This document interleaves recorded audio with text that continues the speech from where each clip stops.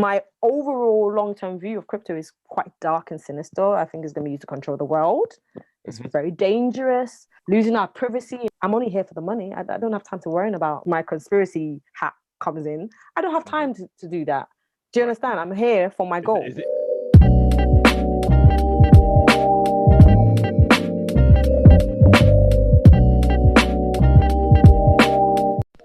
From the new home of Bitcoin and all things blockchain, Peckham, South London, this is the Genesis Block Education Podcast, and I'm your host, Bitcoin by Mouse. Just a really quick intro to say, welcome back to part 2 of the Crypto Picker Queen with Princess. I hope you enjoyed part 1 and you're looking forward to part 2. Before we start, just a few points of note. Check out the Bitcoin by Mouse website. That's www.bitcoinbymouse.com. On the website, we host articles, the latest podcasts, access to links, and all other wonderful bits of information.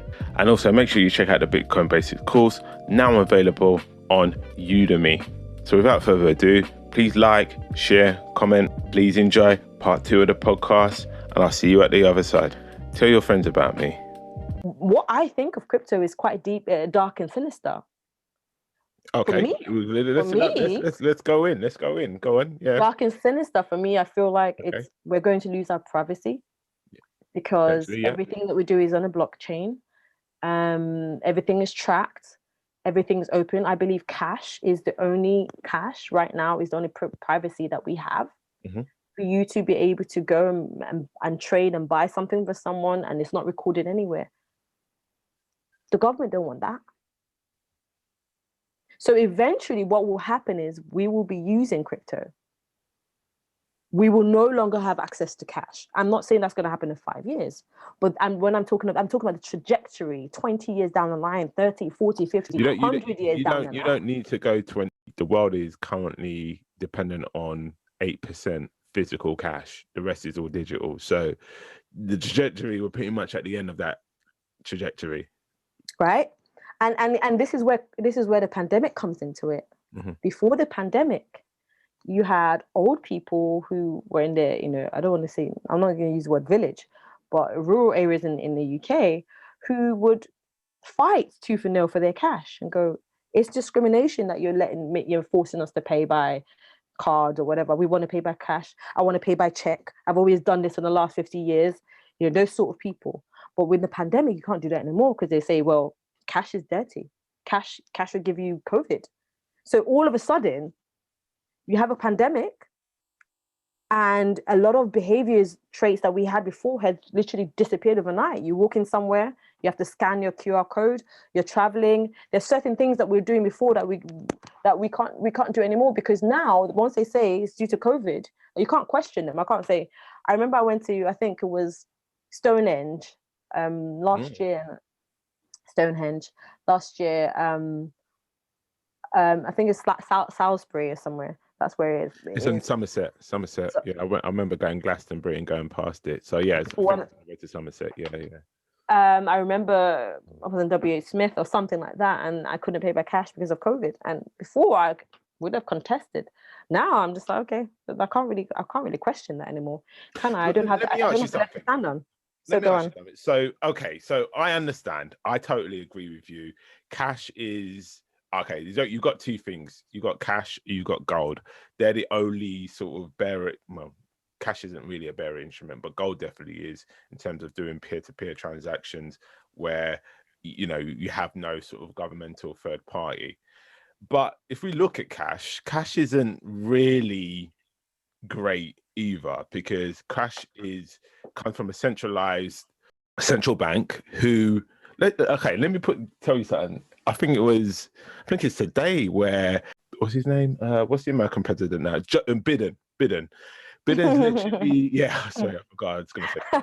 Biden has literally approved a $6 trillion injection into the US economy.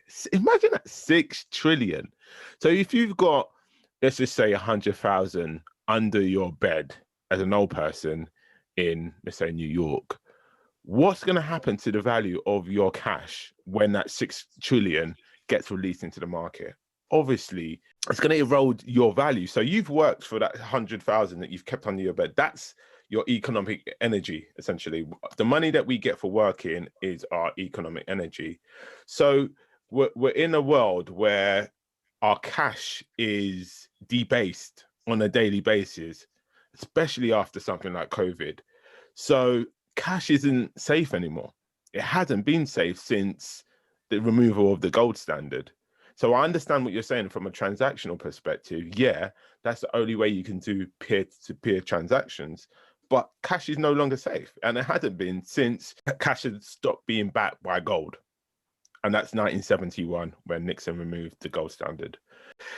I understand what you're saying.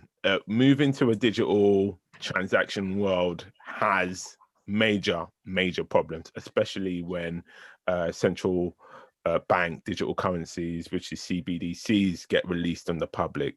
That's why I feel it's really important. And when I stress stuff like the Bitcoin being decentralized more than every other crypto, being censorship resistant, it's because of these things I know that are going to come down the line.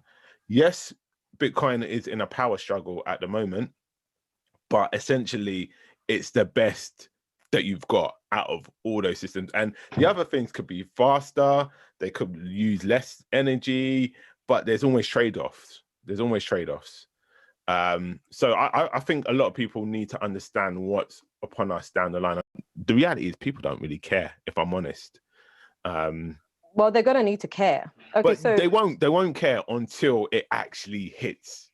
And so what people need to understand is that we have different asset classes, right? Yeah. We have tangible assets, we have non-tangible assets, Yeah. right? So we have real estate, we have gold and precious metals, we have cash, we have volatile assets like cryptos, and they all play a part in the financial system. Cash right now is still king, in my opinion, because when I pay my rent, hold on a moment, when I pay my rent, what do I pay my rent with? Cash. In cash. Agreed. Do I want to pay my rent with Ethereum? Do I want to pay my rent with Bitcoin? Let's think of this. Last year, if you let me go on, land. Think about this. Let's all of us deep this for a second. If you put in, when I bought Ethereum last year, Ethereum was $100. If I paid my rent with, let's assume that my rent was £700, or let's just say, for example's sake, my rent was $1,000. Let's just say, if I paid my rent with 10 Ethereum last year, at some point this year, one Ethereum was $4,003. I would have paid $43,000 in rent if I had paid using Ethereum and not using using the equivalent of cash, which is USDT. So when people talk about cash being this and cash being that, I'm like, you guys don't understand the ecosystem of finance, because at the moment, I'm not talking about what happened pre, 1970 or whatever was happening then. I'm talking about at the moment. We need to have something that is roughly to the value of one, even though your $10, now, back in the days, your $10 was maybe worth a lot more than it is now, because, money devalues by, is it 30% year on year or something like that, in terms of, and that's my point about cash. So we're talking about two different things. You're talking about now, in terms of being able to service your current liabilities, whether it's rent or whatever. I'm talking about people, families being able to store their economic value over time and space. And this is why I'm saying that in life, there's a place for every asset. And that's what I'm trying to say. I agree with what you're saying. But I think certainly from the Bitcoin perspective, because obviously when Bitcoin first came out, it was around the narrative of, this is a cheaper PayPal. That's not what Bitcoin is. Bitcoin is a monetary network focused on storing economic value over time, right? Its narrative has changed because society's needs has changed. We live in a world where there's a major inflation event about to hit pretty much every country across the globe because of the unprecedented amount of printing from central banks of money, right? So it's going to impact prices. I understand everything you're saying. Nevertheless, it's different time preferences. I guess. I think you're talking about cash as an investment too. I'm just talking about cash is still king, period, regardless of what anyone's saying. And what I'm saying is, I'm back to the initial conversation we're having. Yeah, what I was talking about is when cash becomes replaced, guess what is going to be replaced with? The digital version of cash. Yes, of course. I agree. The digital yuan, right now, China is still trialing the digital yuan, which is the equivalent of Chinese. They've already got rid of cash, so now they're using like e-cash, e-payment system, right? I think like 3 years ago they got rid of cash. I was in China. I was in Shanghai 2 years ago. There's no cash, pretty much. They have no cash, yeah. WeChat. But you can still buy things and pay for stuff using the electronic version of cash, basically. You just don't have the paper version of cash. Do you understand what I mean? Agreed. So now they're going to introduce the digital yuan, and apparently I heard that it's going to have like an expiry date or something like that, where they can. Wow. But that's basically a trial. I'm not saying that that's what they're going to do, the real asset. Okay. So, for example, they're testing cities, so they're giving people free cash. I can't quote the exact amount of what the amount they're giving people. So let's just say, for example, they're giving people $200 worth of Chinese digital yuan money. Let's just, for example, just 200 worth of digital yuan. Let's just put it that way. Yeah. And they're giving them maybe they give them 6 months to spend it, and they can use that money. So you'll have an expiry date that by this day you must have used it, because obviously it's a trial. They're learning how people are using it, and they're trying the system. So obviously I understand why they have an expiry date to when they have to use it. But I heard that apparently next year, this is not apparently, this is facts. Next year, obviously we have the Olympics. Yeah. And let me get the date. I know it's February sometime. I hate not having dates for stuff. It's quite frustrating. Olympics in July this year, right? Chinese Olympics? No, Japan. No, I'm talking about China. Is that a Winter Olympics? It's not the proper Olympics. Let me just. I hate not having the dates because I always have everything in my calendar. I think it's either July or September. You've got the Olympics in Japan, and I know they're trialing digital currencies in Japan as well. But yeah, China. Let me just get the date. Okay. So I know it's in 2022. Okay. I know. I think it's February from top of my mind, but just give me. It might be the Winter Olympics that you're talking about. It's Friday, the 4th of February, Winter Olympics, and I heard apparently China is going to be giving. People are going to have to use This is what I heard. No one quote me on this. Do more research on this. I could be wrong, but what I read, not heard, what I read was that. They will be giving out free digital yuan to people, or people will imagine all the people that come over. They will be either given free money or they will have to use digital yuan. So that is when they're hoping that system is going to be used. So imagine all these people coming from all these different countries now having the digital yuan, and that's why I know digital yuan is going to be very, very powerful. Do you understand what I'm saying? Of course. I mean, if China produce pretty much everything, and countries who are going to be doing business are going to have to pretty much do business with the digital yuan. It's it's something which I don't think is avoidable, to be quite honest. But I also see every other major economic bloc bringing out their own central bank digital currencies. I think the US are probably looking into it now because they understand the threat that's going to come from China. Certainly the euro is, I think Christine Lagarde of the IMF said something within 5 years, the euro should have their digital currency. And Mark Carney of a the Bank of England definitely said there will probably be a digital pound in the works. So this is something that all countries or all sort of major economic blocks are going to trial. But there always needs to be an alternative. Certainly, people will be paying their bills, paying their taxes with their central bank digital currencies.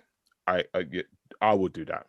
But in terms of being able to save long-term value, that there has to be an alternative. In my personal opinion. But that's what we call an investment. Do you understand what I mean? That's what we call an investment. So, for example, it could be a stock. It could be, and I see. I'm of the view that Bitcoin is not a currency. I see it as a digital asset. I see it's totally different to how most cryptocurrency people. And so, it's an asset. It fits the accounting definition of an asset, which I'm not going to do because I've forgotten it. But it does. It fits that scenario. But anyway, that is really interesting. That is really interesting. But I don't want to keep you here too long. But I just want to ask you a few more questions. Let's jump back. Let's jump back. That could go in for like let's jump back a long time. Let's jump back to meme coins. Meme coins. Talk to me about Doge. Well, I personally think Doge is a shitcoin and it fits the definition of a shitcoin. But you are so bullish about Doge. I just need to understand why.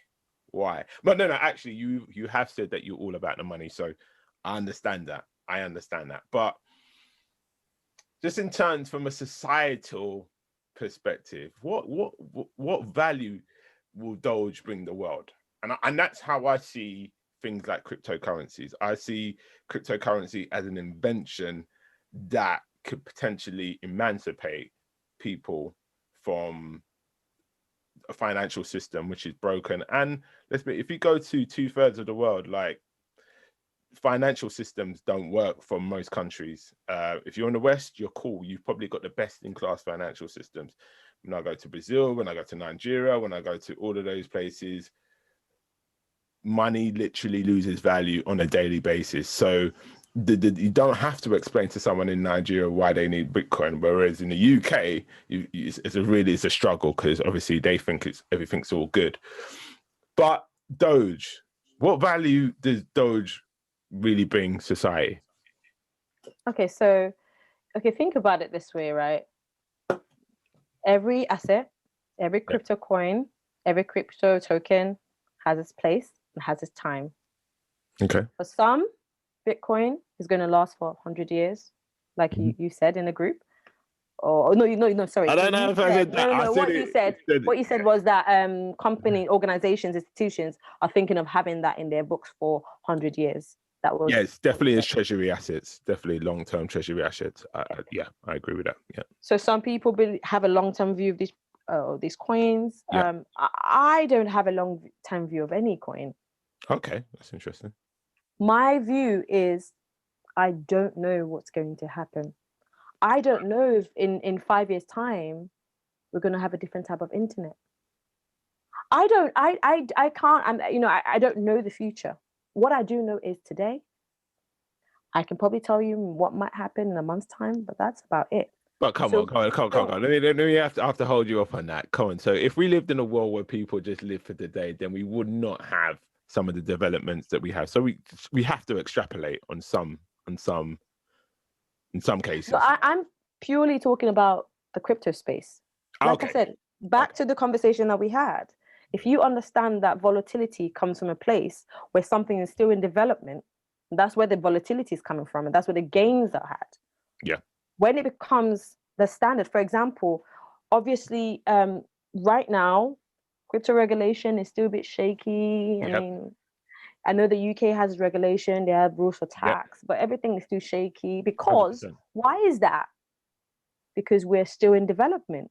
Even when it comes to rules of staking and how to pay tax and that, everything is still quite shaky. There's rules on if you gift crypto to someone, you have to, I don't know if you have to pay tax on that or the person pays tax on that. Everything is still they're still fine-tuning regulation. There is some, but it's still in works. And I know that Joe Biden That was an article. Yeah, yeah, you brought out, Thinking of yeah. of bringing out more. Is it more taxes, or I mean, you have to pay more tax, or Regulation. that is all hanging in the air. I know that Nigeria now, obviously, they banned crypto like 2-3 months ago. They've just central recently bank. approved it. They just recently rolled back on that, and India, literally. And I know that they said that they're going to maybe come up with their own crypto or something like that, or the digital naira. basically, Can you imagine the digital naira? Oh my god! it's basically a stable coin. When we're talking about bringing their own, like the digital yuan is stable. It means that it's pegged to $1. Yeah. So $1 to one digital yuan, $1 to one digital naira or something like that. It's going to be one, pegged to one. So it's stable. Basically the digital cash, basically. Yeah, I get it. I get it. So obviously, back to your original question was, what is the place for Dogecoin? Yeah. Well, Dogecoin is a meme coin, right? What does that mean, though? Okay, so I know someone asked that in a group, and I was trying to explain it, and he didn't get it, and I just it was probably me. It's probably me. No, it wasn't you. It was someone else. It was someone else. What is a meme? So let's just go. Let me just go online and just Google what is a meme. So it says a meme is an image, video, piece of text, typically humorous in nature, that is copied and spread rapidly by internet users, often with slight variations. So if we take that knowledge and think of a meme coin, what is a meme coin? Something that goes viral. Right. So if I'm in this to make money, what do you think I would be doing? Buying and selling. Doesn't mean I want to have Dodge in 10 years' time. What is Dodge's contribution to society? Who cares? Right. What is your? That's why I say to everyone, because I coach people, I train people in crypto, I consult for people. And what is your financial goals? That is all you should be caring about, and how to meet it. Anything else is none of my business, quite frankly. Got it. Like I said, my overall long-term view of crypto is quite dark and sinister. I think it's going to be used to control the world. It's very dangerous. Losing our privacy, all of that. That's what I believe. But I'm only here for the money. I don't have time to worry about my other, what my conspiracy hat comes in. I don't have time to do that. Do you understand? I'm here for my goals. Meet my goals. Is it not important to you? What's important? Or do you think all that dark and sinister stuff is inevitable? It's inevitable. We're heading there. There's nothing we can do about it. Make your money and go. I mean, right now. Go where? Go where? I was just about to say, if you had told me the things that we're going through right now, if you told me this 2-3 years ago, would I have believed you? Maybe not. But because I've gotten down, once you go down the rabbit hole of researching, you see everything that's about to happen.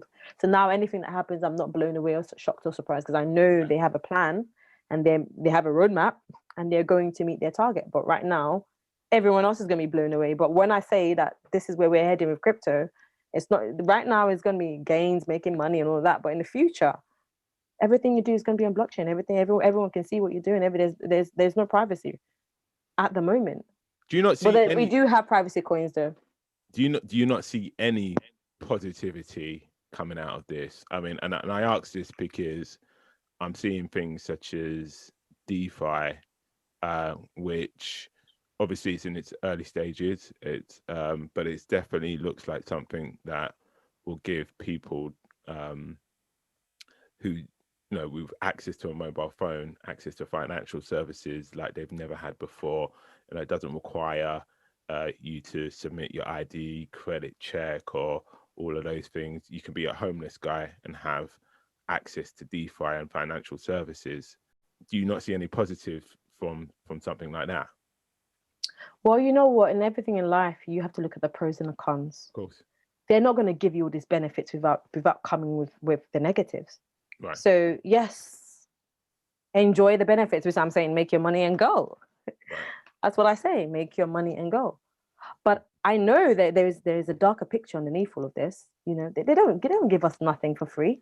Mm-hmm. They're going to pay for your time, for your ass, for your cash. at some point. That's a little dirty joke of mine. Sorry, I've lost my voice, so I sound really terrible. I don't normally sound like this. I don't normally sound so.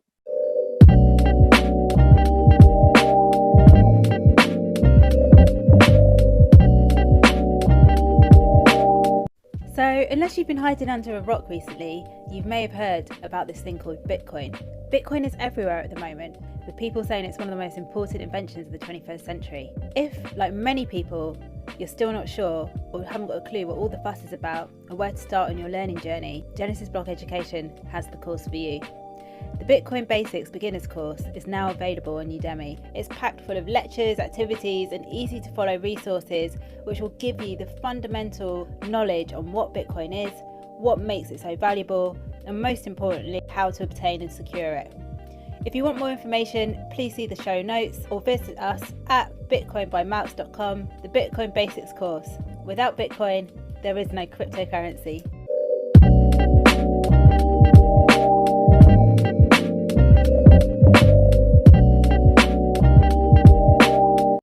So we've pretty much talked about your predictions for the next few years. That's all good. So I mean, just how are you finding this industry? How's it being a woman in the crypto space?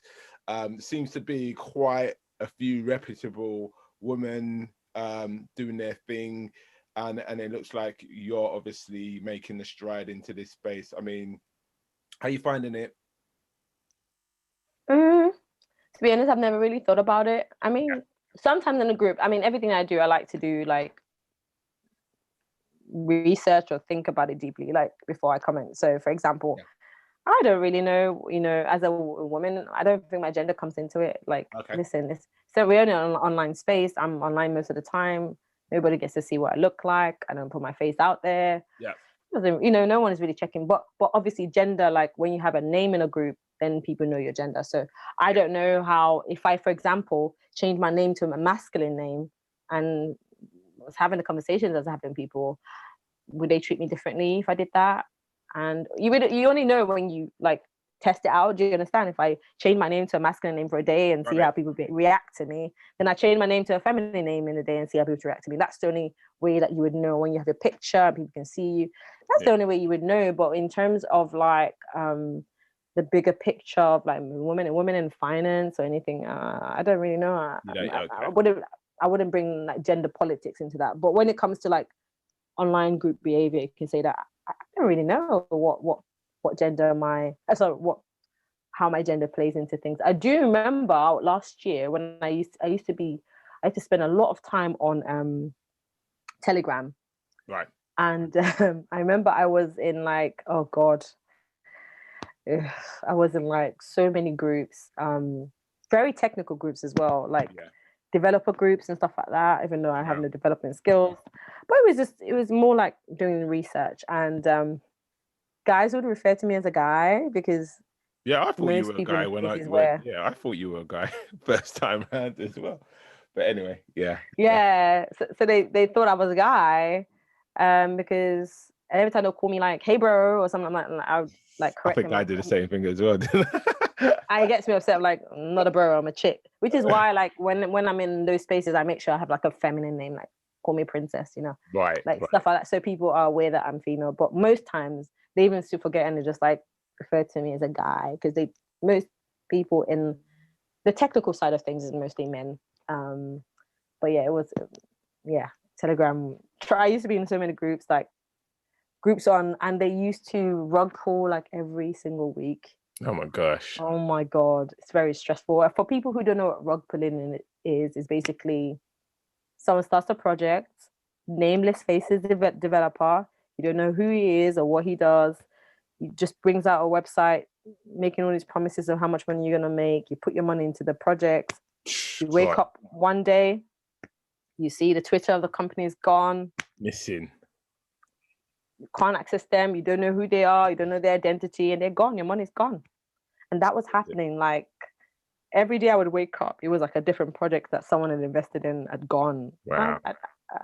I did lose a little bit of money in some projects. Yeah. Because of the rug pulling and stuff like that. So I was part of a group of people in Telegram who were I didn't audit, but people would audit projects, and I would basically look at the audited one, then invest, because I didn't want to lose my money and stuff like that. So that's when I learned about a lot of dodgy things happening in crypto space, and it's not all positive, you know.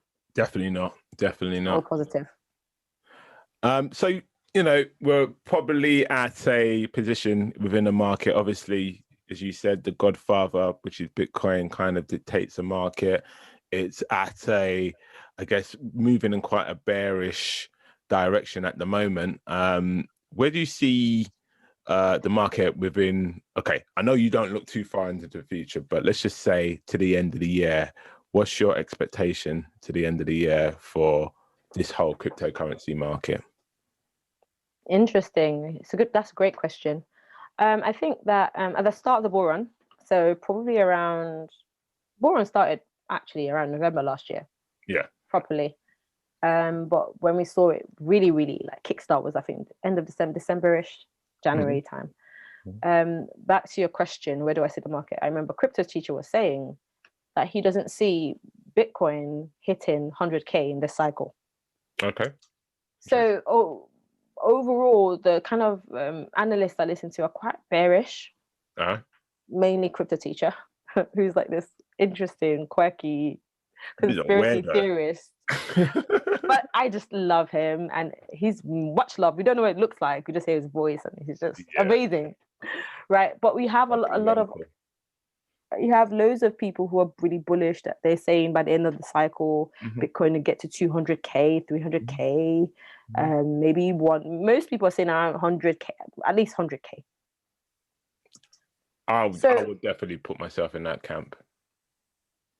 Okay, and what I would say is, I don't know if it's going to hit 100K. I don't think it's going to hit 100K.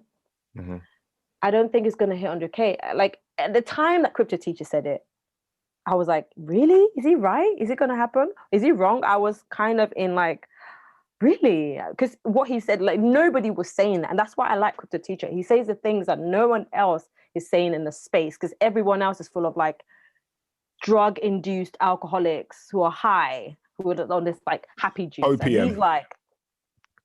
And he's like saying the opposite, and that's why I follow him, because he says the opposite of what everyone else. So I'm always ready when things don't go the way that I want it to go. Do you understand? Yeah. Obviously, I want Bitcoin to get to 100K. Obviously, you know, I'm in a space. You want the space to do really well, but you have to be ready for the good and ready for the bad. 100%. And regardless of which way it goes, I'm here to profit. So it could go down. Yeah.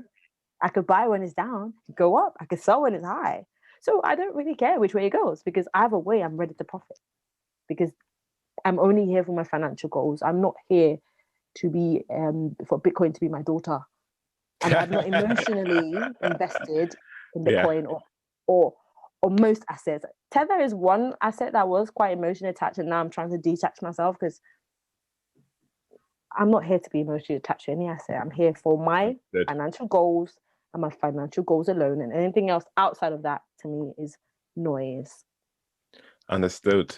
So Princess, tell us about Save, Grow and Invest, your crypto consultancy and research company. When you said that, it sounded so official. I was like, who is he talking about? I'm talking to you. Oh, my voice is so horrible. My God. Yes. Okay. So basically, at some point this year, I started to like train people, because I realized I had a lot of knowledge. Like when I was in a group, I just realized I actually know a lot based on the losses I'd made, the wins I'd made. Yeah, of course. The fact that I invested, like obviously I invested in 2018, and like I said, I lost money. Yeah. And then I went back and invested when it was in the bear market, when the markets were low. So I realized I had some knowledge, and then I started to train people. I have a private WhatsApp group that I run. Oh, really? Yes, I do. Yes. Brilliant. It's been going on for like months now, but my initial goal was just to help just 10 people, train them. And now those people are like, you know, they know what they're doing. Most of them Standing anyway. on their own feet now. Yes, they're confident. They're confident in what they're doing, surely. So I kind of, this is how my consultancy just morphed. And basically, it's training people how to manage their own assets. So it's equipping people with the skills. I'm not at the moment. I'm not like an agency where you'd pay her and talking about myself as a third person. I'm not an agency where you pay the person and say, okay, can you invest for me? I'm not doing that at the moment. Yeah. I'm just doing training people, showing people how to do it themselves, training people how to basically imparting the knowledge that I've learned in managing my portfolio and just teaching people how to do the same. That's cool. And and is that something that you plan to expand? And also, you know, where you've kind of got finances from your family and kind of built like I guess a small hedge fund. Is that something you look to do in the future or not? Or oh, I love that word. It sounds so professional. A hedge fund. It is a hedge fund, you know.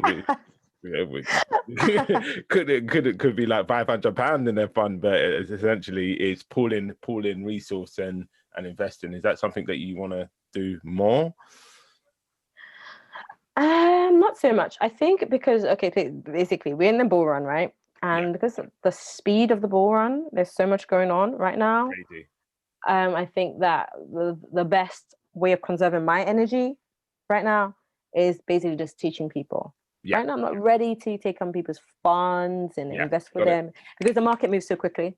Everything is so fast paced right now. It's just what I'm loving, enjoying is educating because my thing is imparting knowledge. Yes. And that's part of my people skills, part of the skills that I've my leadership skills as well.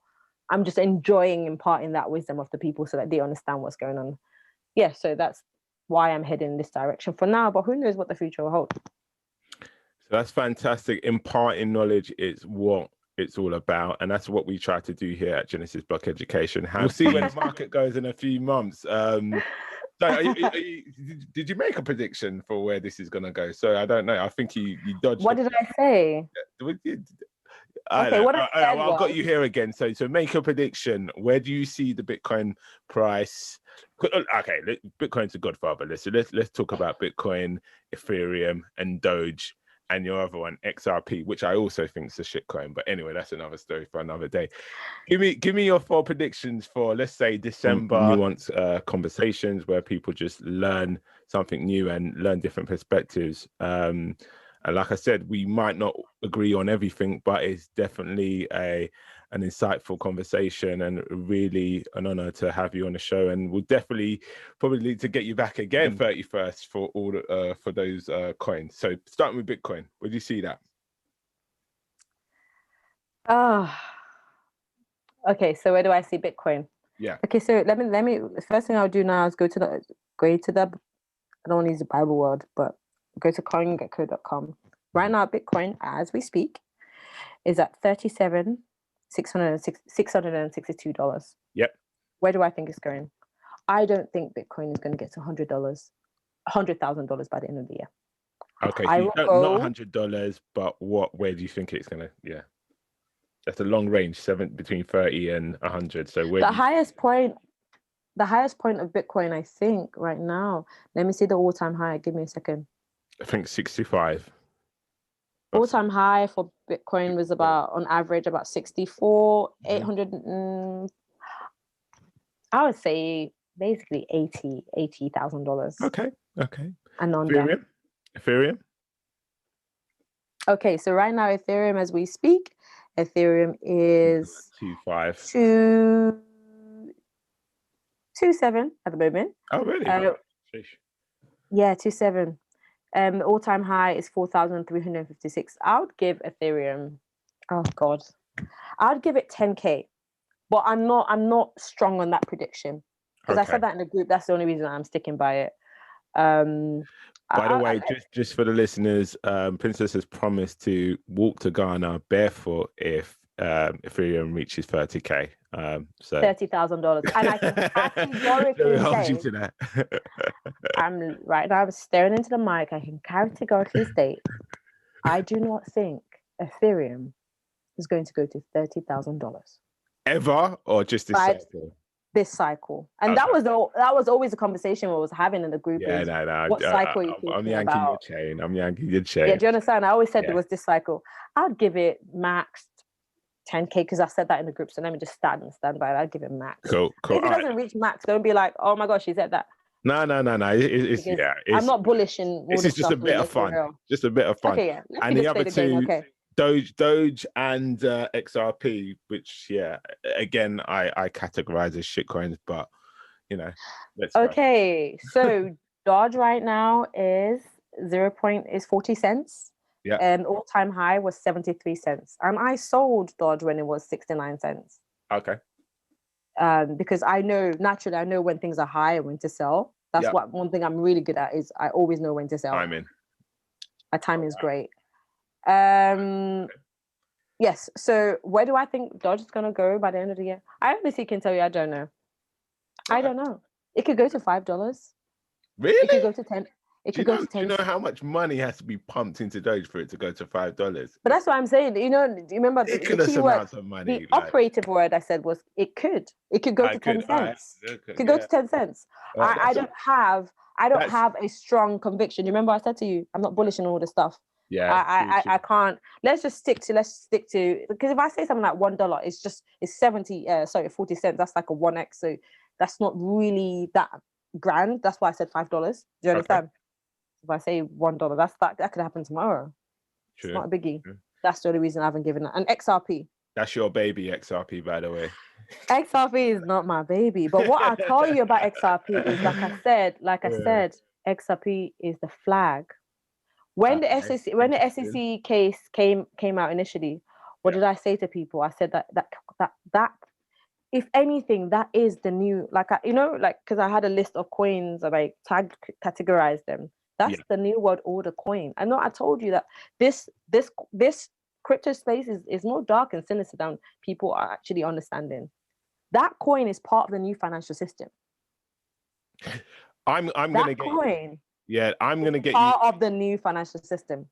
Well, I'm gonna get you back on, and we're gonna talk about this dark and sinister side of crypto because we have to be objective and we have to really talk about all elements. And you've touched upon it here, and I really enjoyed that. But I want to hear more, and whatever information that you could bring to that. So that's something that we've got to do later on. So we'll do that down the line. But before you go on, your price prediction, XRP. XRP price prediction. Let's see. Right now, XRP is $1. All-time high, I believe, is like $3.40. I could easily put XRP at $10 at the end of the year. Okay.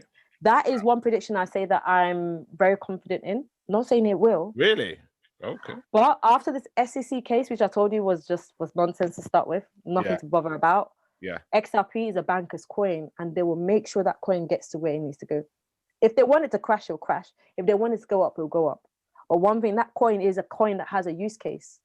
That is a coin that's being used. XRP are creating private cryptos for banks at the moment.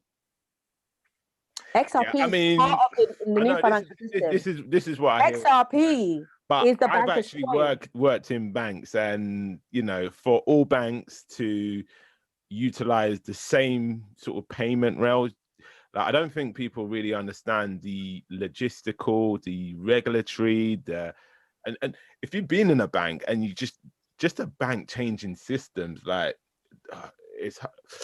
I don't know. But remember, I don't know. You're talking about legacy systems, right? Yeah. Remember, new systems. It's just remember, COVID has changed so many things that without COVID, without the pandemic. I don't want to talk too much about pandemic, but I said, the way the world is moving is not the way the world used to move. So I'm not disputing anything you're saying, because you have what you have is experience. Yeah. I don't have experience in the financial industry. Yeah. But what I'm saying is that XRP is part of the new financial system. I'm not saying exactly how. Do you understand? I'm not saying, I'm not saying all banks are going to use XRP, but I'm saying you have to understand that we are spectators in the sport. Yes. We are spectators in the sport. Our job is to take a look at what's going on. I'm not saying 100% anything's going to happen. I'm just saying that I'm only here to give commentary and spectate. But I know that I'm not the one running things in this industry. The elites are the one running the things. They are. We're not. We retail people. We should be here to make our money and go. I don't know why people are stressing themselves with Anyways, let me not go off on a tangent, but I hope people understand what I'm trying to say.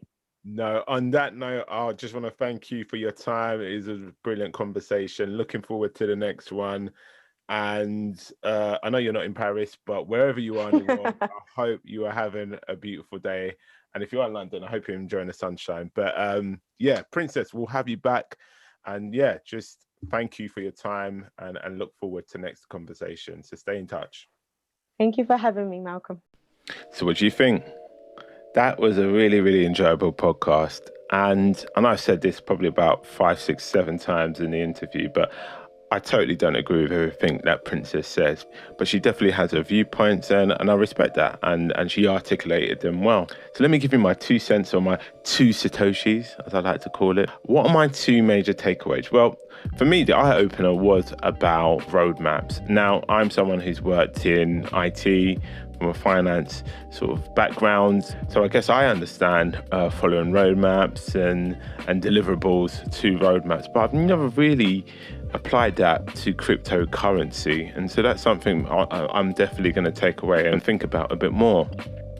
But I think that applies more to altcoins. And I wouldn't by any means call myself an altcoin crypto investor. It's my personal belief that 90 to 95, even 98% of all these cryptocurrencies, or specifically altcoins, will fail. But I do feel just like the internet boom of the dot-com bubble of the early 2000s, from the ashes of these cryptocurrency failures will come some serious protocols which will push the industry on for another 10, 20 years, which is going to be similar to what we saw with, companies such as Facebook, Amazon, Apple, Google, and Netflix, as well as understanding the roadmaps which will drive announcements, communications, and obviously price fluctuations.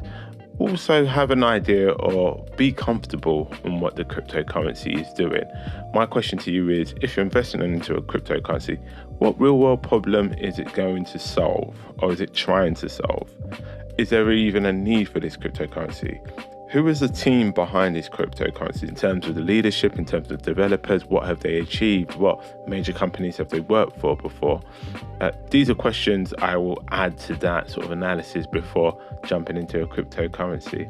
And also for the more sort of technically astute individuals, obviously understanding the code. Is the code good quality? Now, this is something you don't necessarily have to do. There are companies such as Token Metrics which review various cryptocurrencies, new cryptocurrencies, and actually do carry out code reviews.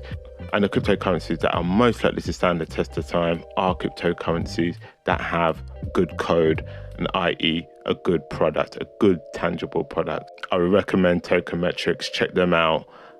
They've got quite a few YouTube videos and do quite a lot of detailed reviews on various cryptocurrencies. That's my major takeaway, roadmaps, but bringing roadmaps into a wider understanding of what a project is delivering and the timescales to what it's going to deliver to. My second point is actually around the dark and spooky side of crypto, which we haven't really spoken about on this podcast. And I would love to spend a bit more time really going into detail about this. And maybe Princess is a person that we talk about.